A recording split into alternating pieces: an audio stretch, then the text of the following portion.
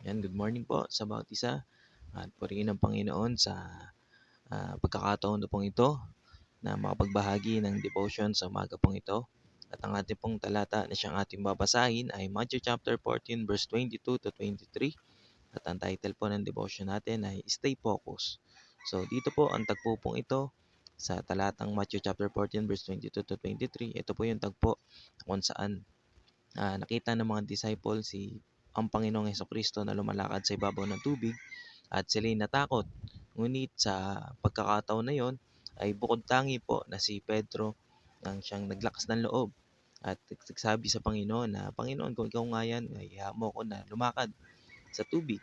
At pinayagan ng Panginoon na si Pedro ay makalakad sa tubig. But along the way, nasa kanyang paglakad, dito po nakaranas si Peter ng mga trouble sa kanyang buhay. At gusto ko pong makita natin dito sa kanyang paglakad, una po na naging ah, trouble kay Peter is yung siya po ay na-distract. He is distracted. So, hindi po natin maipagkakaila na sa daming disciple ang nakasakay sa bangka ay bukod tangi na si Pedro ang naglakas ng loob na lumakad sa ibabaw ng tubig at lumapit sa Panginoon. At dahil sa kanyang pananampalataya, siya ay nakalakad sa ibabaw ng tubig at habang siya ay nakatingin at nakapokus kay Jesus, siya'y nakakalakad sa tubig. But along the way ng kanyang paglakad sa ibabaw ng tubig ay nagkaroon siya ng trouble, which is nakakita siya ng malakas na hangin. So kung iisipin po natin, parang kakaiba, di ba? Yung pangalan po na nakalakad si Peter sa ibabaw ng tubig ay isang pambihirang pangyayari na po yun. But sa kanya, naging trouble niya ay nakakita siya ng malakas na hangin. So kakaiba po yun, nakita niya yung hangin na malakas. At dahil po doon, na-distract siya sa paglapit niya kay Kristo. So dito makikita po natin na minsan parang ganun po tayong mga Kristiyano na distracted tayo sa pagsunod at paglapit natin sa Panginoon, especially pag dumating na ang trouble sa ating buhay. Dumarating tayo sa point na na-out of focus tayo sa paglakad natin sa kalooban ng Panginoon. At especially pag dumarating na yung problema, struggles, pain, at marami pang bagay na nagkakos ng trouble sa atin. At dahil dito ay nawawala tayo sa linya ng paglapit natin sa Panginoong Kristo like Peter. And makikita po natin na isa pa po sa naging trouble kay Peter doon, he was afraid. So siya po yung at nung siya po ay na-distract na, si Peter po ay nakaramdam ng takot. Kumbaga yung focus niya tuluyan nang nawala sa Panginoon at doon na lang siya nakatingin sa kanyang nakita. So hindi po natin maipagkakaila na dumarating din tayo sa ganong punto sa ating buhay na nakakaramdam din tayo ng takot o pagkabalisa. So hindi man kagaya kay Peter na dahil siya ay na-distract, na-afraid dahil nakakita siya ng malakas na hangin at siya'y natakot. Sa ating mga Kristiyano, sometimes ito yung mga bagay na nagbibigay sa atin ng takot like monthly bills, career, due dates, at marami pang mga bagay. At dahil sa mga bagay na yan, minsan humihina ang ating pananampalataya sapagkat mas nakikita na natin yung problema, yung mga bigat, at doon na tayo nakapokus, hindi na natin nakikita yung kung anong kayang gawin ng Panginoon sa ating buhay. At last point po na pwede natin makita sa trouble ni Peter is he is starting to sink.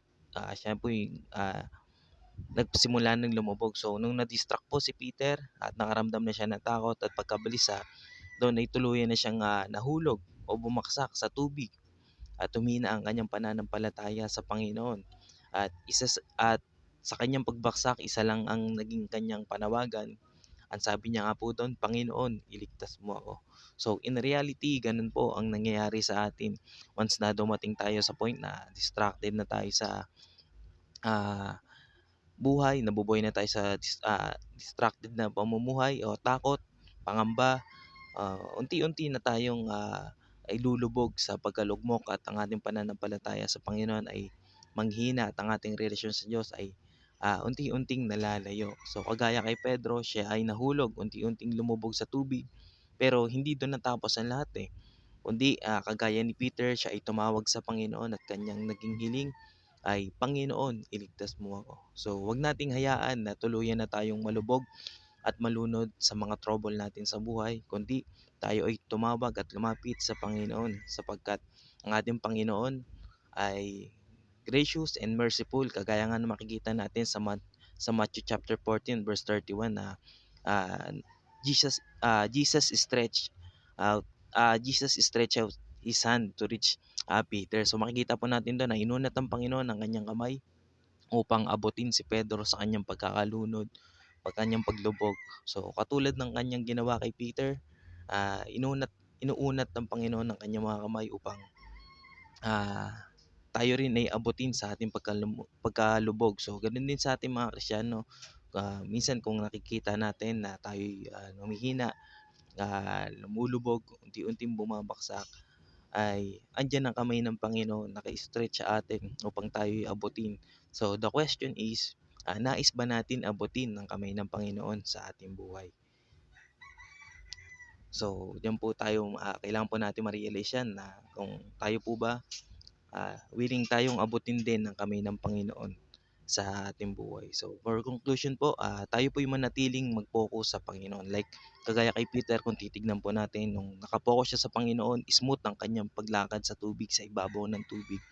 But nung dumating na yung trouble, doon na po siya na-distract. So ang ano po natin dito ay tayo po yung manatiling mag-focus sa ating Panginoon, especially sa ating paglakad sa Kanya.